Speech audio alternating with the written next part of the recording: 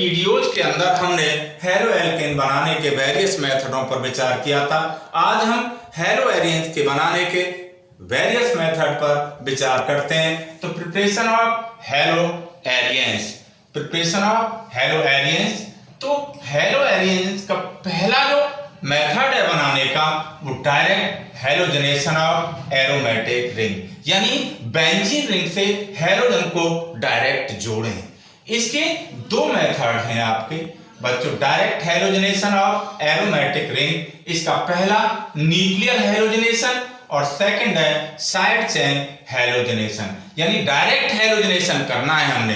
Direct halogenation के दो हैं, एक न्यूक्लियर हेलोजनेशन और दूसरा आपका साइड चेन हेलोजनेशन। अब हम पहला ले रहे हैं न्यूक्लियर हेलोजनेशन।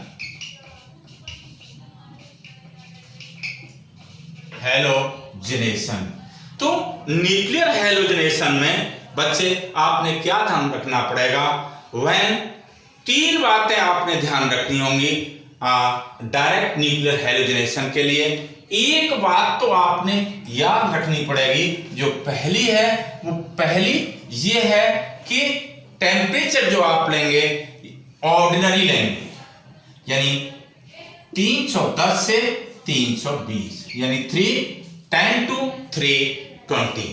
दूसरी बात आपने जो ध्यान रखनी है वो याद ये रखनी है कि ये रिएक्शन डार्क में होगा। और तीसरी बात आपने याद रखनी है कि ये जो रिएक्शन होते हैं लुईस एसिड की प्रेजेंसी में होते हैं, और Lewis acid such as FeCl3, FeBr3, AlCl3, इनमें से कोई आपने लेना पड़ेगा। आप लुईस एसिड कोई भी ले सकते हो।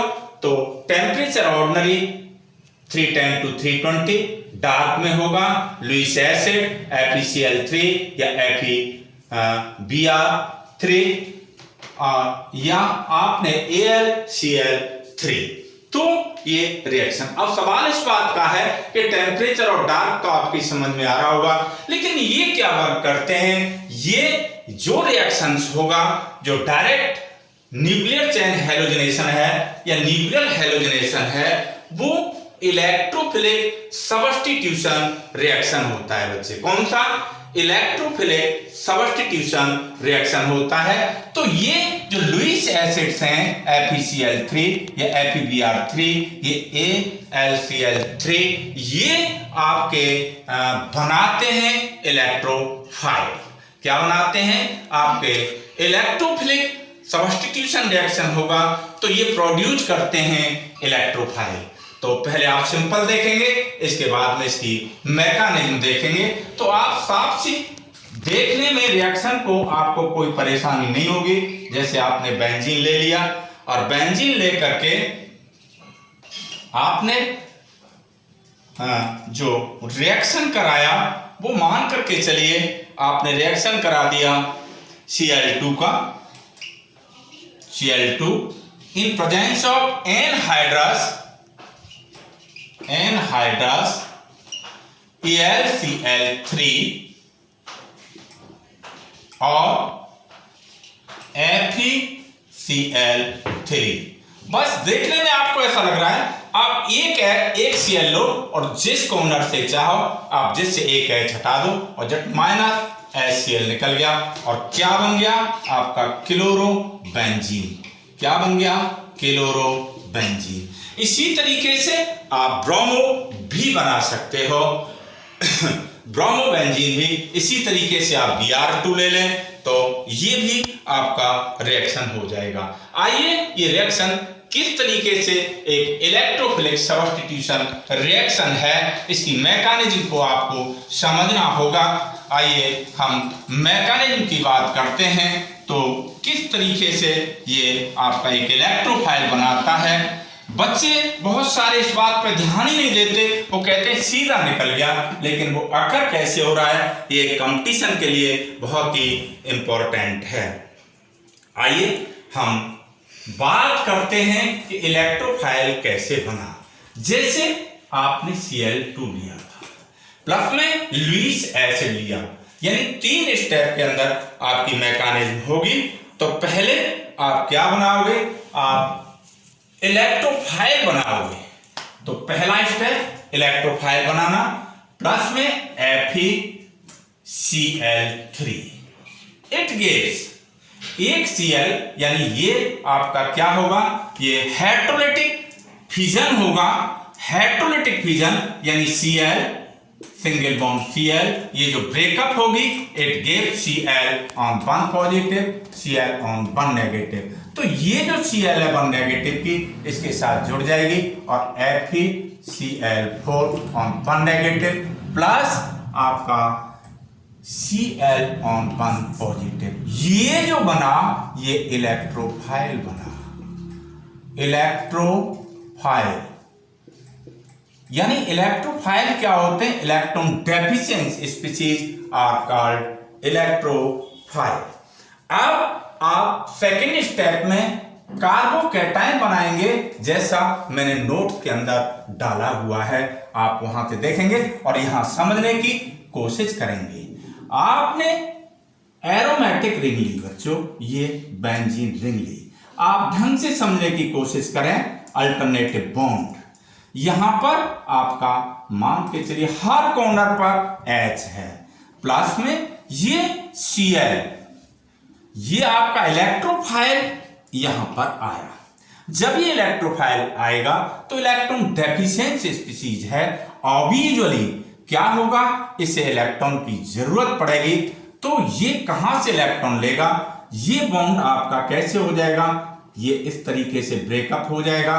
तो इट गिव्स, जरा देखना आपकी क्या कंडीशन बनती है। एक बॉन्ड ब्रेकअप हुआ और जरा देखें किस तरीके से ये वाला बॉन्ड ब्रेकअप हो गया, यहाँ H ऑलरेडी और Z यहाँ Cl लग गई। जब ये बॉन्ड ऊपर की साइड गया, जैसे मैंने एरो दिखाया हुआ है, तो यहां पर तो नेगेटिव आ गया, तो नेगेटिव के साथ में ये पॉजिटिव जुड़ गया और यहां आया आपका पॉजिटिव साइन यहां। अब ये रेजोनेंस से स्टेबलाइज होगा। इस पॉजिटिव चार्ज को आप डिमिनिश करेंगे तो इस तरीके से डिमिनिश होगा।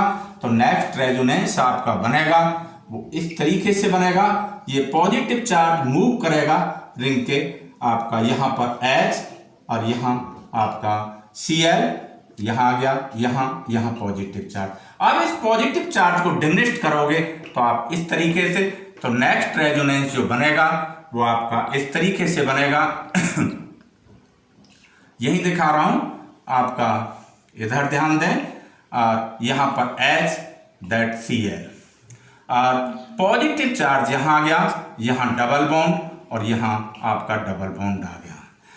अब ये आपकी, ये आप देख रहे हो 1 2 और 3, तो ये तीनों कार्बोकैटायन आपके बनते हैं। यदि हम आप देखें तो रेजोनेंस हाइब्रिड, इसके लिए 3 बॉन्ड इस तरीके से 3 लाइन दिखाई जाती हैं। तो ये इस तरीके से पॉजिटिव चार्ज रिंग के चारों तरफ घूमा है। तो रेजोनेंस हाइब्रिड कैसे बनेगा, ये रेजोनेंस हाइब्रिड इस तरीके से बना, यहां पर आपकी H, यहां आपकी Cl और ये आप इस तरीके से इसे मेंशन कर सकते हो पॉजिटिव। तो ये कार्बोकैटायन बना। अब तीसरे स्टेप के अंदर कार्बोकैटायन क्या करेगा, आपके ये कार्बोकैटायन के पास आएगा। तो थर्ड स्टेप में देखेंगे फॉर्मेशन ऑफ कंपाउंड कैसे बनेगा। थर्ड स्टेप में फॉर्मेशन ऑफ कंपाउंड है, तो किस तरीके से कंपाउंड आपका बनेगा ये देखें जरा बच्चों। यानी आप ये वाला ले आए, मान करके चलिए ये आपका रेजोनेंस हाइब्रिड है, ये आपका पॉजिटिव, यहां आपका H, यहां Cl और प्लस में FeCl4 ऑन 1 नेगेटिव। अब बच्चों यहां से एक को तो हटना होगा, Cl को या H को। तो आपका ये H यहां से हटेगा, पॉजिटिव चार्ज लेकर के जाएगा और यहां पर नेगेटिव चार्ज है, तो इट गिव्स, जब यहां से H हट गया तो आपकी क्या बच गया, खाली आपकी Cl बच गई, तो क्लोरो बेंजीन आपका बन करके तैयार हो गया। आप प्लस में आपका क्या दूसरा जो बना वो यहां से H और यहां से Cl, तो प्लस में HCl बन गया और प्लस में क्या बना, FeCl3, यानी FeCl3 जो आपने पहले लिया था लौट करके फिर उसी फॉर्म में पहुंच गया और आगे फिर ये रिएक्शन में आगे आपको काम देगा। तो जो हमने डायरेक्ट रिएक्शन दिखाया था कि क्लोरोएल्केन जैसे डायरेक्ट दिखाया था, ब्रोमोएल्केन कैसे बनता है, सॉरी ब्रोमोबेंजीन कैसे बनता है, क्लोरोबेंजीन कैसे बनता है, तो ऐसे निकाल करके सीधा आप जोड़ देते थे। ये पूरे इस तरीके से इन स्टेपों में होगा। अब मान करके चलिए पहली कंडीशन तो आपकी ये हुई, मैकेनिज्म भी बताई। यदि आप एक्सेस ले लेते हो क्लोरीन या ब्रोमीन, तो फिर क्या होता है, एक्सेस लेने पर आपका ऑर्थो और पैरा डायरेक्शन में और जुड़ जाते हैं आपके ग्रुप। जैसे मान करके चलिए आपने क्लोरोबेंजीन ले लिया ये और Cl2 ले लिया आपने प्लस में Cl2, तो फिर क्या होगा आपका कि यहां पर Cl ऑलरेडी लगा हुआ है, तो एक ऑर्थो पैरा, एक ऑर्थो आइसोमर बनेगा। इसके जो प्रीवियस कंपाउंड है क्लोरोबेंजीन के, एक बनेगा कौन सा, ऑर्थो, यहां पर जुड़ जाएगा आपका Cl और प्लस में दूसरा जो बनेगा वो पैरा बनेगा। इस तरीके से एक्सिस लेने पर आपके दो अलग अलग आपके बन जाएंगे ऑर्थो एंड पैरा। इन दोनों के बॉइलिंग पॉइंटों में अंतर है तो आप आराम से इसे अलग कर सकते हो। इन केस ऑफ टॉल्यूइन लें आप तो इसी तरीके से टॉल्यूइन में भी हो जाएगा आपका Cl3 आपने मान करके चले यहां लिया Cl3 प्लस में Cl2, तो सेम मैनर आपका इसी तरीके से आप यहां पर Cl3, तो एक तो ऑर्थो क्लोरोटॉलीन बन जाएगा और दूसरा पैरा क्लोरोटॉलीन बन जाएगा। यहां पर आपका Cl3 और आपका यहां Cl एक्सिस लेने पर इस तरीके से। अब सवाल इस बात का उठता है कि ऑर्थो और पैरा पर ही इलेक्ट्रोफाइल क्यों लगते हैं, तो मैंने रेजोनेंस फिगर में आपको बताया था कि भाई ऑर्थो और पैरा पर ही ये संभव है, क्योंकि जो पॉजिटिव जो चार्ज आया था वो वहां लगने पर, ऑर्थो पर लगने पर आपका आया था। तो इस तरीके से आप बड़े आराम से एक्सिस लेने पर बना सकते हो।